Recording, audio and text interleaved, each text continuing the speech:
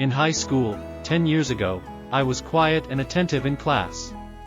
Teachers liked me. I wasn't popular, but I had good friends. I say all this to explain that high school was relatively calm for me.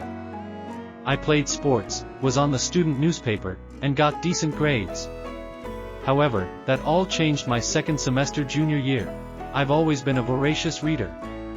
My freshman English teacher recommended I move up to the honors English track, so I did for freshman, sophomore, and the first half of junior year. Then I was put into classical literature my second semester junior year. I've always loved Greek and Roman stories, and had already read your typical high school classical reading list on my own. I didn't mind reading them again until I met Ms. Umbridge. She put on a sweet facade, but she was downright evil. She also decided she hated me. I still do not know why, or what transgression I committed, but she hated me. I assume it was my habit of sometimes nodding off in classes. At the time, I had undiagnosed thyroid issues, and was getting up at 5 a.m. for swim practice. I say sometimes, because it happened maybe twice a month total between all 8 classes. I don't remember nodding off in her class, but it could have happened. Anyways, her class was 50% essays/written reports. The rest were random quizzes and a couple tests. I was on the student newspaper, and I was a decent writer. I wasn't worried about maintaining a B or a. We wrote our first paper, and I got a D. I was shocked. The only class I struggled in was chemistry, and still my lowest assignment grade was a C. After class, I asked Ms. Umbridge what I did wrong, because her notes were minimal. She told me my assessment of the material was uninspired. Okay, can you direct me to an example of an inspired assessment? Come back during study hall. Thinking she'd have some example materials for me to review, I got a pass to see her during study hall. Nope. She spent the full hour basically telling me I was an idiot. I remember leaving and crying, because she didn't tell me anything constructive. My friend, the eventual valedictorian, offered to help me on my next paper. My friend and I spent hours on my next paper. She never got below an A on anything. I got another D. My friend was furious. She took it to her AP English teacher and asked him to review it. She said she was entering a writing competition and wanted advice. He said it was great. Her typical A work. My friend, quicker on the uptake, asked me for a copy of my original assignment. She asked her AP English teacher to look it over too, and he said she should enter the first one.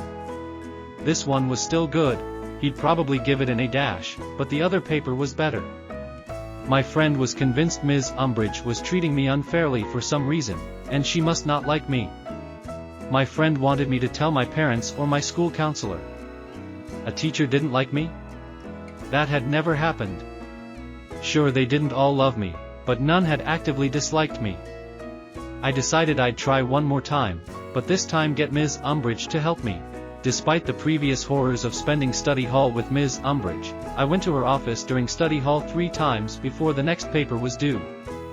She reviewed the paper, and gave me tips on revising it each time. She did this in red pen. I took notes. By the time the next paper was due, I had 3 revised versions with her notes in red ink on each one. I got a D. She smirked and congratulated me on my improvement. Bitch. I was done. My friend was right. This bitch had it out for me and was giving me shit grades on purpose. I'm a laid-back person, but I was pissed. Never before been this pissed. I took my paper to my newspaper teacher. Sure, he didn't teach English, but our student paper constantly won awards because of his work. I told him I was having trouble in English, and could he please look over my paper and give me advice. He was a little confused as to why I didn't ask my English teacher, but he did it. He also told me it was great, but gave me a few minor changes to make. I asked him if he thought it was A, B, or better. He said he'd give it an A, not 100%, but a solid A. I went to my friend, and we brainstormed.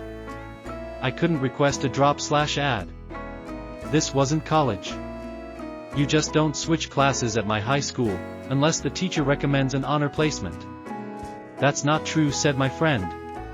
The football and basketball guys get moved to easier classes all the time to keep their grades up, so they are eligible for games. The athletics director was a friend of my dad, so I requested a meeting with him and my swim coach after school one day. I told them I was in danger of losing my eligibility to swim, because I was pulling a D in a class. I wanted to move classes, but I knew I'd need approval from administration, which I wouldn't get without a good reason. They asked if I had requested help. I explained I had asked for help from multiple people, but my grade wasn't improving. I didn't know what to do. They asked to see my papers. I sat while they read them. They both looked at me confused. Neither of them could understand how those papers were worth only a D. The student VP was brought in. He asked who helped me. I explained my friend. He knew who she was, again future valedictorian, and she had even asked her AP English teacher to look it over for advice.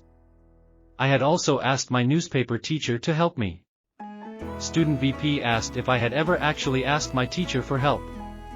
I smiled and handed him the 3 revised versions of paper number 3 with Ms. Umbridge's red ink all over them. He frowned. AP English teacher and my newspaper teacher were pulled into the meeting. They were each asked to grade the papers. All 3 papers got an A or better. While this was going on, my dad was called in by the athletics director. My dad was pissed. He demanded I be moved to another class, and that Ms. Umbridge be put under review. Clearly, she wasn't grading students on their work but on her own personal opinions. The school administration obviously bristled at the accusation that a teacher was treating students unfairly. A lot of arguing that I wasn't allowed to sit on occurred in the VP's office. I could hear plenty of yelling as 6 adult men argued over the appropriate next steps. It was decided that myself, my dad, VP, and athletics director would have a meeting with Ms. Umbridge. The following morning before school we all met. Ms. Umbridge seemed to think she was going to get to tell everyone why I was so stupid.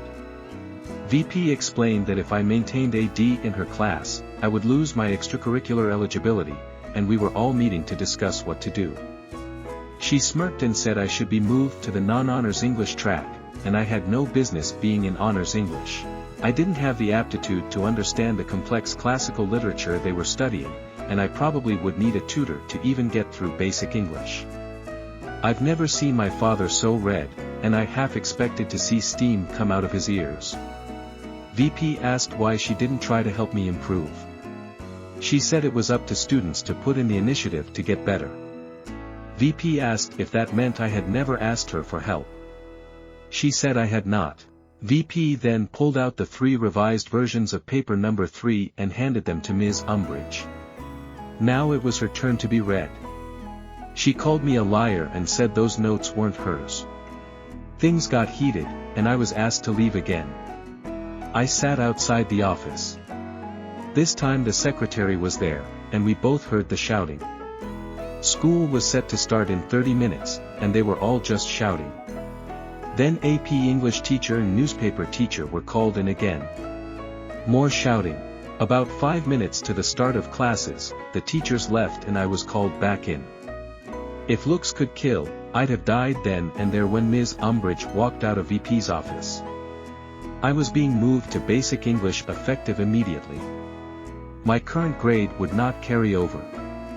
I would not need to make up any past assignments, and new teacher would be instructed to grade me only on the assignments going forward. My new English teacher, Ms. Honey, ended up being the English department head. She was at least 65, and had been doing this for decades. After 2.5 years of honors English, this class was easier than PE. I barely had to try to get an A, but I refused to let Ms. Honey think Ms. Umbridge had been right. I tried harder in that class than any other class that semester. I finished projects so quickly that I was asked to tutor a girl struggling in the class. I spent half the class period just helping this girl understand the material. I helped her go from a C to a B. I got something like 104% in the class. At the end of the semester, Ms. Honey called me into her office during study hall. She was recommending I return to honors English for senior year. I must have looked panicked, because she assured me Ms. Umbridge would not be my teacher. In fact, she would not be anyone's teacher.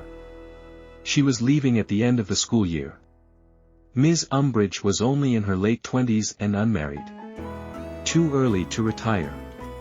And my high school was in one of the best-paying school districts in the state. I knew what leaving meant, but Ms. Honey still explained that I was put in her class on purpose. The school administration trusted Ms. Honey to determine the truth of Ms. Umbridge's claim that I was basically a lying idiot. Ms. Honey stated I very clearly belonged in honors English. She apologized if her class had not been challenging enough for me. I cried. I mean full-on ugly, snot cried. I didn't realize it, but part of me had actually believed Ms. Umbridge up until that moment. Ms. Honey hugged me and consoled me. I spent senior year in honors English and spent my study hall tutoring Ms. Honey's struggling students. To this day, I think about that awful woman fairly regularly. My career is strongly writing-based, and I still worry obsessively over my writing. I hope she never taught again, because she wreaked havoc on my self-confidence.